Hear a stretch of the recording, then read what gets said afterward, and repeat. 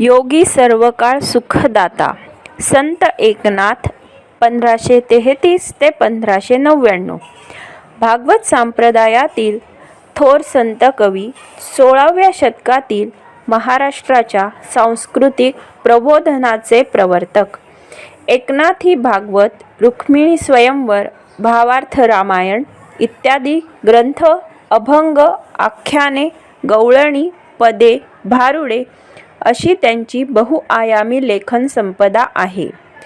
बहुश्रुतता, समन्वयशीलता, सामान्यांच्या उद्धाराची तळमळ, अलंकारिकता, पौराणिक कथासंदर्भ, सुबोधता हे संत एकनाथांच्या काव्याचे प्रमुख विशेष आहेत.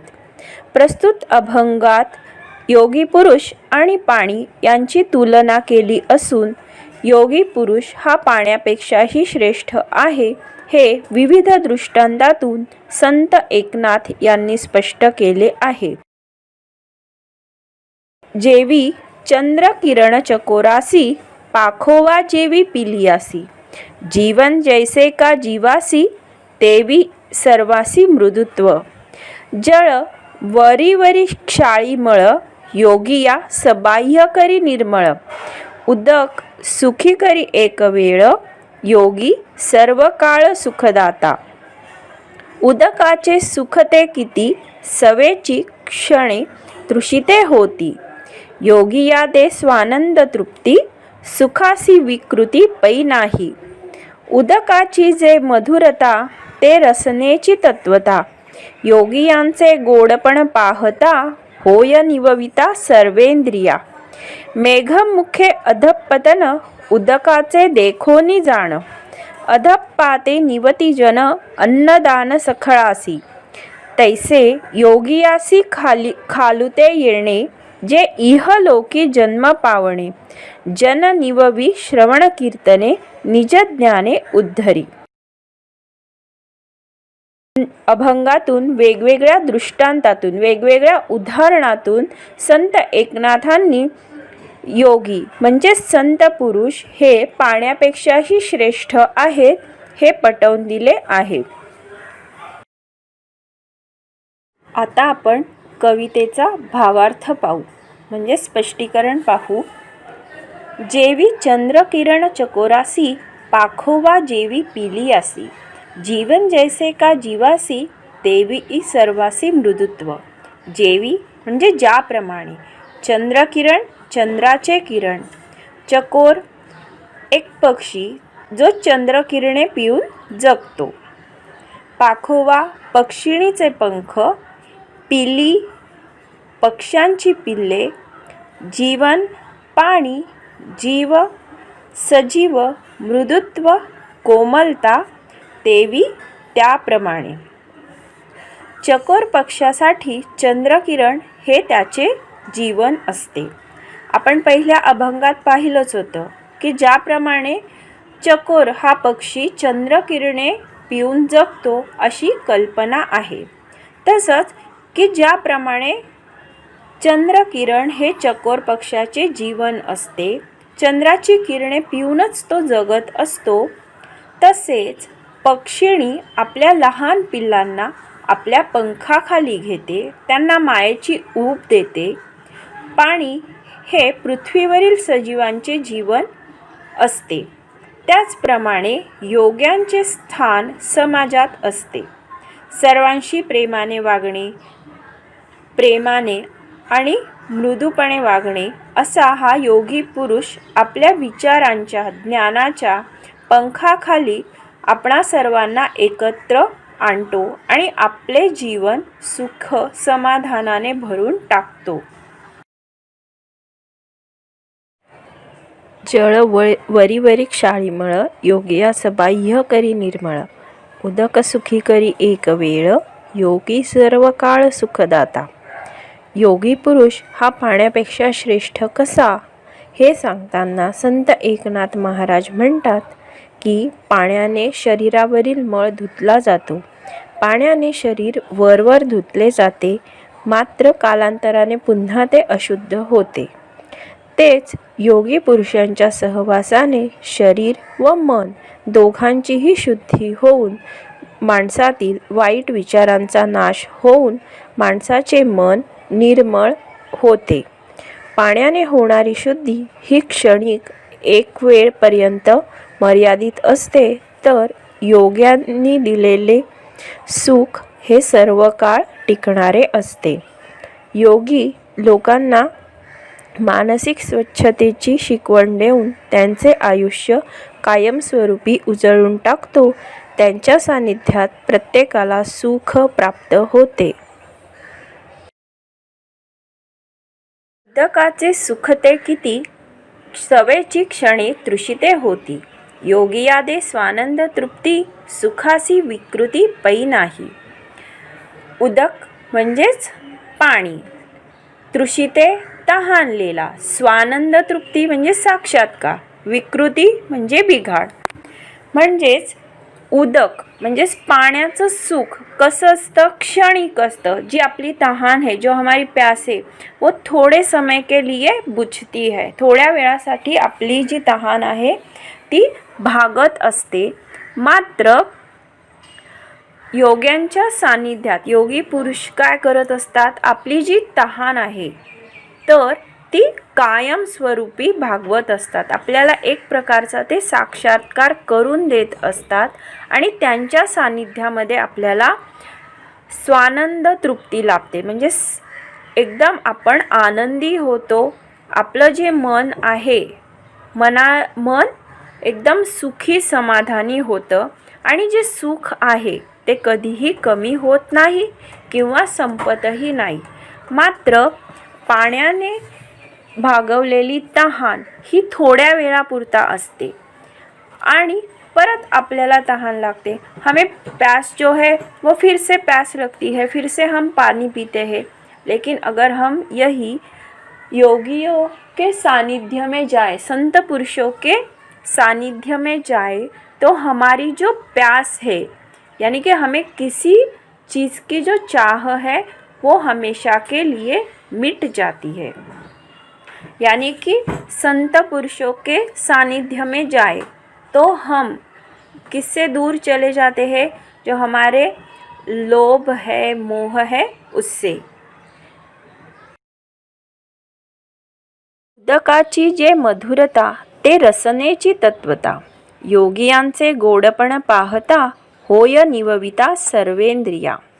रसनेची जीभ, निवविता शांत करणे, मधुरता गोडपणा.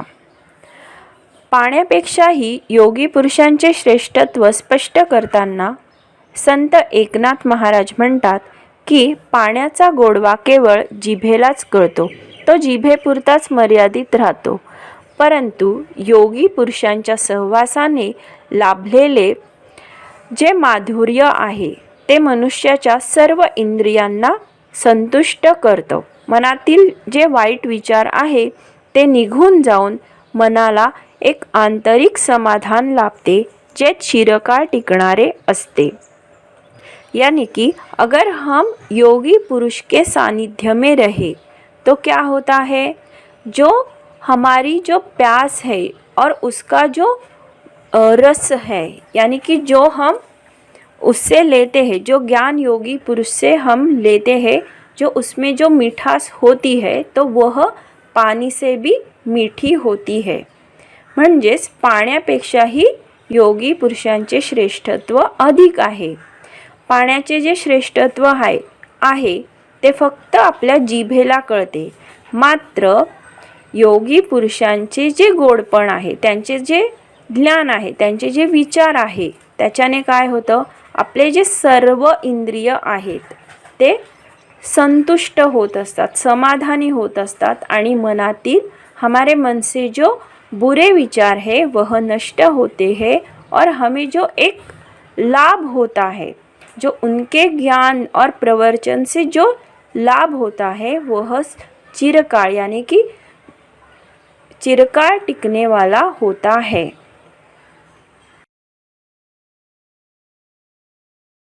मेघमुखे अधपतन उदकाचे देखोनी जाण, अधपाते निवतिजन अन्नदान सकळासी. मेघ ढग अधपतन खाली येणे. उदक पाणी निवती निवविणे आनंद देणे. अन्नदान सकळाशी. सकळाशी म्हणजे सर्व लोकांना. ज्याप्रमाणे मेघातून येणारे पाणी काय करत असते, धरतीवर ज्यावेळेस ते पाणी बरसते सर्वत्र धरतीवर हिरवळ येते, चांगले अन्नधान्य पिकते आणि सर्वत्र लोक आनंदी होतात. सगळीकडे अन्नधान्य भरपूर प्रमाणात येतं, खायला भरपूर अन्न, प्यायला पोटभर पाणी मिळतं. त्यामुळे लोक सुखी समाधानी होतात. तसेच योग्यांचे खाली येणे, योगी पुरुषांचे जमिनीवर येणे काय असते, लोकांना समाधान देणारे असते. कि जैसे बारिश आने के बाद क्या होता है, हर जगह हरियाली छा जाती है. यानी कि मेघों से, ढगों से पानी जो बरसता है उससे चारों तरफ हरियाली छा जाती है. सब जगह अच्छी फसल आती है. म्हणजेच लोकांना प्यायला पाणी आणि खायला पोटभर अन्न मिळत असल्यामुळे ते सुखी आणि समाधानी होत असतात.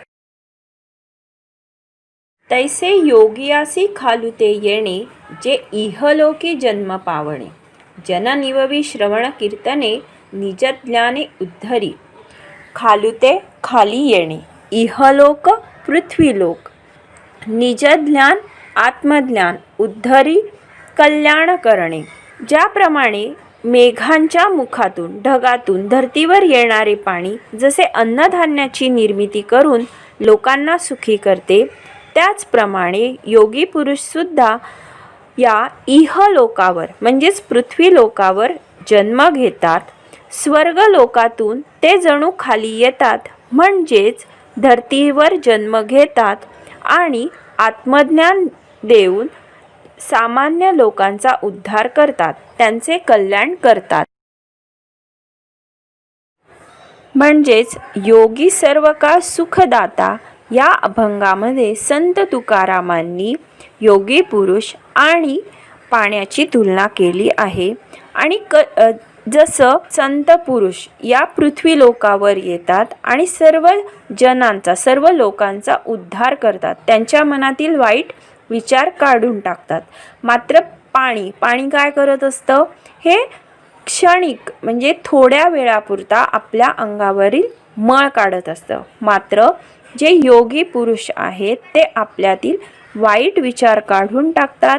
आपल्या मनात चांगले विचार त्यांच्या सानिध्यात राहून येतात. म्हणून आपण नेहमी काय करायचं आहे, चांगला सहवास घ्यायचा आहे.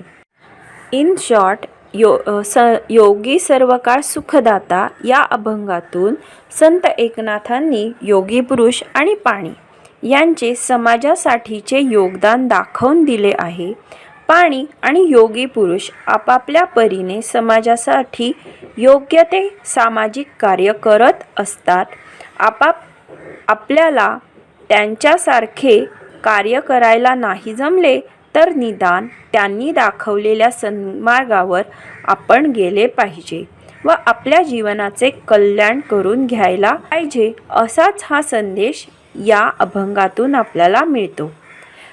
तो इस कविता से हमें क्या संदेश प्राप्त होता है कि जो योगी पुरुष है और जो पानी है वो अपने हिसाब से उसे जितना पॉसिबल है वो उसका कार्य करता है और अपने तो हमें भी अच्छा कार्य करना है कि जिससे हम समाज के उपयोगी यानी समाज के प्रति कुछ कार्य कर सके, कि जैसे योगी पुरुष अपने ज्ञान से समाज का उद्धार करता है, समाज में अच्छाई लाता है और जो लोगों के बुरे विचार है वह उसे खत्म करता है.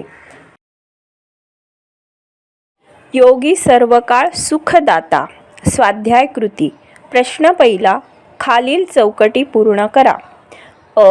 अभंगात वर्णिलेला चंद्रकिरण पिऊन जगणारा पक्षी चकोर, पिल्लांना सुरक्षितता देणारे पक्षिणीचे पंख, ई स्वतःला मिळणारा आनंद स्वानंद, ई व्यक्तीला सदैव सुख देणारा योगी। प्रश्न दुसरा, खालील कृती पूर्ण करा। योग्याचे मृदुत्व सर्वांशी, त्याचप्रमाणे पिलियासी पक्षिणीचे पंख, चंद्रकिरण चकोराशी, जीवासी जीवन पाणी। प्रश्न तिसरा, खालील तक्ता पूर्ण करा। योगी पुरुष आणि जीवन म्हणजेच पाणी यांच्यातील फरक स्पष्ट करा। मग आता पूर्ण कवितेतून तुम्हाला काय जाणवलं तर हे तुम्ही लिहिणार आहात। प्रश्न चौथा, खालील शब्दांसाठी कवितेतील समानार्थी शब्द शोधा।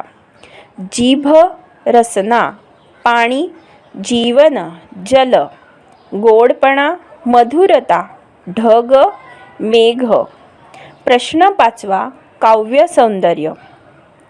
खालील ओळींचे रसग्रहण करा। बघा आता खालील ओळींचे रसग्रहण करा यामध्ये तुम्हाला ओळींचा सरळ अर्थ लिहायचा आहे, म्हणजे थोडक्यात जो तुम्हाला समजलेला अर्थ आहे तो लिहायचा आहे। तैसे योगियासी खालुते येणे, जे इहलोकी जन्म पावणे, जन निववी श्रवण कीर्तने निज ज्ञाने उद्धरी। मग या ओळींचा तुम्हाला जो समजलेला अर्थ आहे की जसं योगी पुरुष हे खाली येतातच कशासाठी, तर जे इहलोक आहे पृथ्वी लोकावरील जे लोक आहेत त्यांचा उद्धार करण्यासाठीच ते या पृथ्वी तलावर जन्म घेतात आणि त्यांच्या कीर्तनाने लोकांचे मन शुद्ध करत असतात। पुढचा जो प्रश्न आहे आ आणि ई हे दोघंही तुम्हीच लिहिणार आहात।